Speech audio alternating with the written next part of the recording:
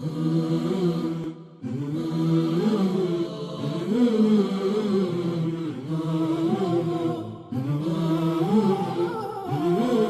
does Islam say on surrogacy? I have a friend who has been trying for 21 years to have children. They have tried IVF treatment. Is that permissible in Islam? What dua can this person do, inshallah, to sort of increase her chances of getting a child? So two questions. Number one, about IVF.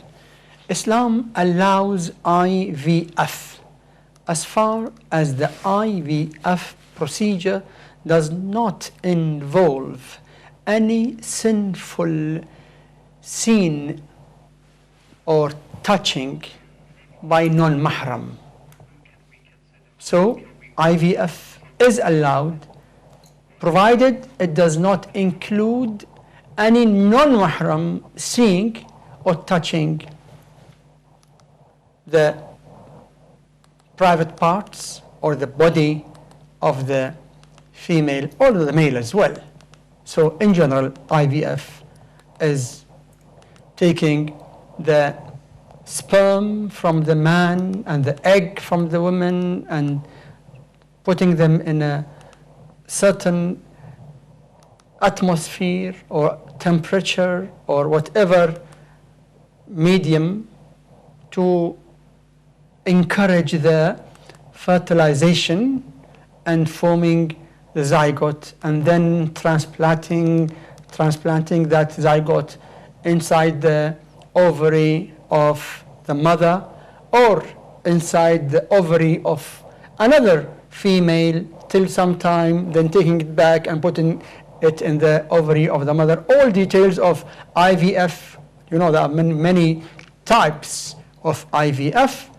All of them are allowed as far as no sinful act is involved. Okay. About prayers to increase the chances of pregnancy. Yes, we have got many. Imam Hassan alayhi salam was asked by a person who was working for Muawiyah in the palace of Muawiyah. That person had no children. He went to Imam Hassan and asked him to teach him something to get children. You know, they knew that Imam Hassan is the real Imam, but for dunya, they are working for Muawiyah. Imam taught him to repeat istighfar, astaghfirullah. He did what Imam Hassan told him, and then he got children.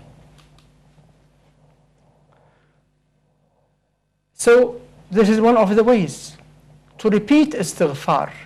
You and your wife keep on repeating istighfar. As you read in Quran, Allah says, istaghfiru rabbakum innahu kana ghaffara. Seek forgiveness from your Lord. He is the forgiver.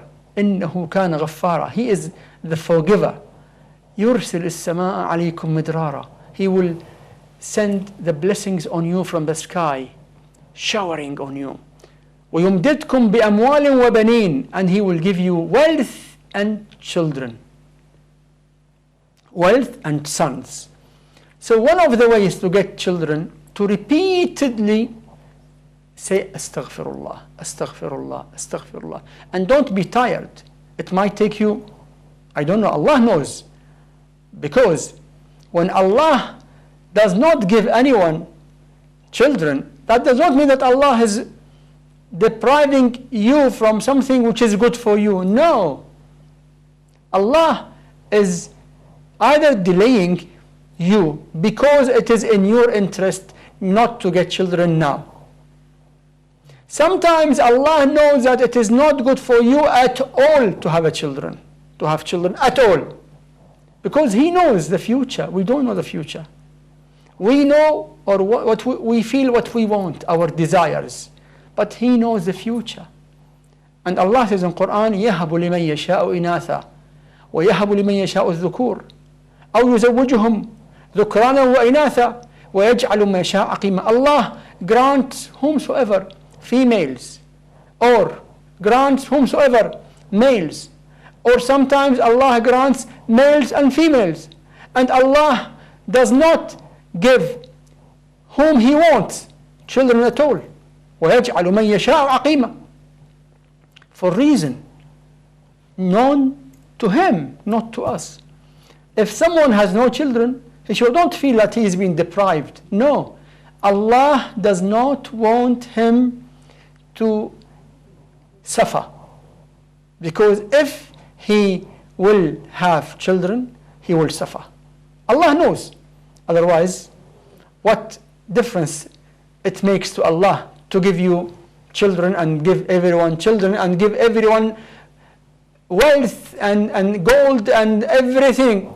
Allah will not lose anything, but Allah gives us according to His knowledge what is good for us.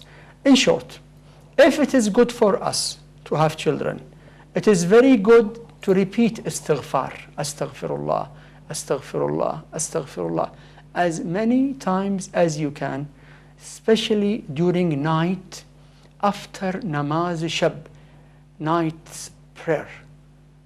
And when you do istighfar during sajda, the reward will be much more for you and for your wife.